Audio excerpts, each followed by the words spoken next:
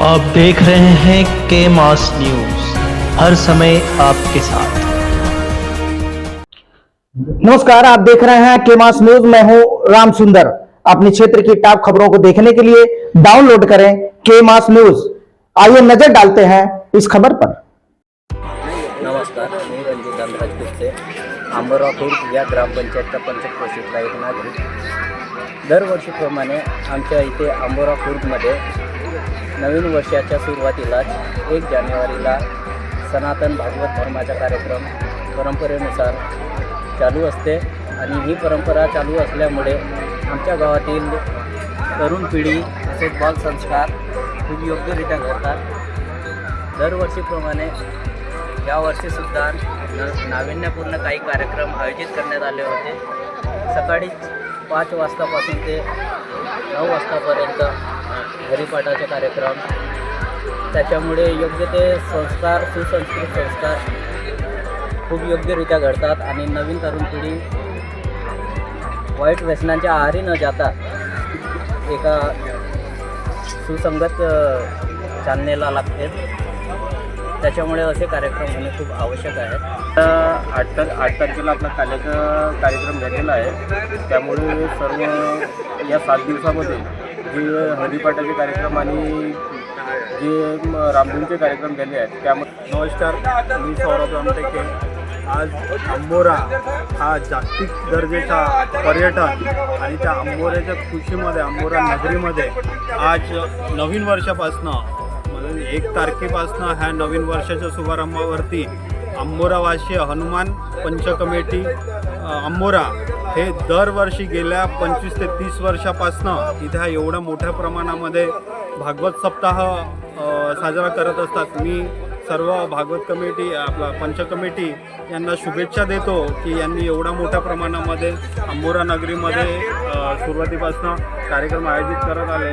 अजून दिवसेंदिवस चांगल्या पद्धतीने याच्यापेक्षा मोठ्या याच्यामध्ये मोठ्या प्रमाणात भागवत उत्साह असंच तुम्ही पार पाडत राहाल ही सदिच्छा देतो व सर्व पंचकमिटीला भावी याच्याकरिता शुभेच्छा। आज आपल्या गावामध्ये 1 जानेवारी ते 8 जानेवारी या निमित्त भागवत सप्ताहाचा कार्यक्रम, श्रीमद भागवत सप्ताहाचा कार्यक्रम आयोजित केलेला होता। प्रवचनाच्या माध्यमातून काय शिकायला मिळालं, काय पद्धतीने 7 दिवसामध्ये खऱ्या अर्थाने श्री चेटुलेजी जे महाराज होते त्या महाराजांनी खऱ्या अर्थाने या संतांना जी परंपरा जी मिळाली ती खऱ्या अर्थाने ज्ञानेश्वरजी महाराज असतील त्यांच्यामुळे मिळाली। ते एक महान साधू संत होते। त्यांनी वयाच्या 21व्या वर्षी समाधी घेतल्यानंतर त्यांनी नामदेव महाराजांच्या खांद्यावर सुखडी तुरा दिली। कुठेतरी हिंदू धर्म जिवंत राहावा याकरता त्यांनी त्यांच्या जाण्यानंतर जे संत नामदेवावर जी जिम्मेदारी दिली, त्यांनी या भारत देशाच्या कानाकोपऱ्यामध्ये जाऊन या हिंदू धर्माचा प्रचार आणि प्रसार केला। सरपंच म्हणून तुम्ही काय सांगाल? 7 दिवस आपल्या गावामध्ये भक्तिमय वातावरण होतं। या वातावरणामध्ये गावकऱ्यांनी चितळे महाराजांच्या प्रवचनातून कुठला संदेश घेऊन गेला असं तुम्हाला वाटतं? कोरोनासारखी बिमारी आली, कित्येक तरी लोक गेले, पण आध्यात्मिक भावना जी आहे, जे माणसाच्या रूपात जी बसलेली आहे, आपल्या पूर्वजांनी सुद्धा आपल्याला सांगून गेलेली आहे की संतांचे विचार आणि देवभक्ती हे आपली जिवंत ठेवण्यासाठी जे 7 दिवस आपल्या आंबोऱ्यामध्ये भागवत सप्ताहाचं आयोजन केला होता।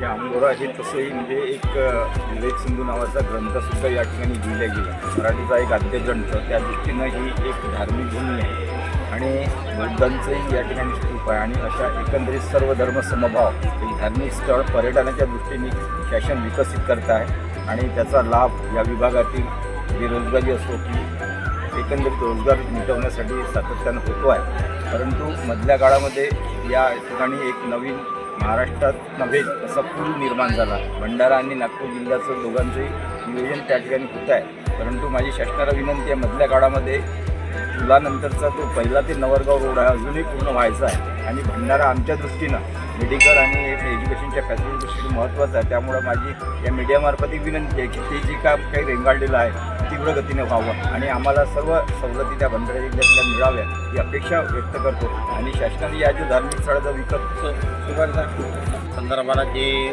प्रकल्प जे झालेले आहे त्या प्रकल्पाच्या माध्यमानं तरी नवीन वर्षाच्या सुरुवातीला होऊ घातलेला अंबोरा ह्या ठिकाणी भागवत सप्ताह या निमित्त ह्या ठिकाणी सगळी मंडळी एकत्रित आहेत. आजचा शेवटचा दिवस त्यानिमित्त सगळ्यांनी म्हणजे भागवत सप्ताहानिमित्त गावात भक्ती वातावरण कसं होतं, सोबतच अंबोरा ह्या ठिकाणी मराठी पहिला ग्रंथ कसा लिहिला गेला, सोबतच शासनाच्या ज्या सुखसुविधा मिळाल्या त्यामुळे यांना काय फायदा झाला हे एकंदरीत आजच्या न्यूजमध्ये आपल्याला बघायला मिळालं.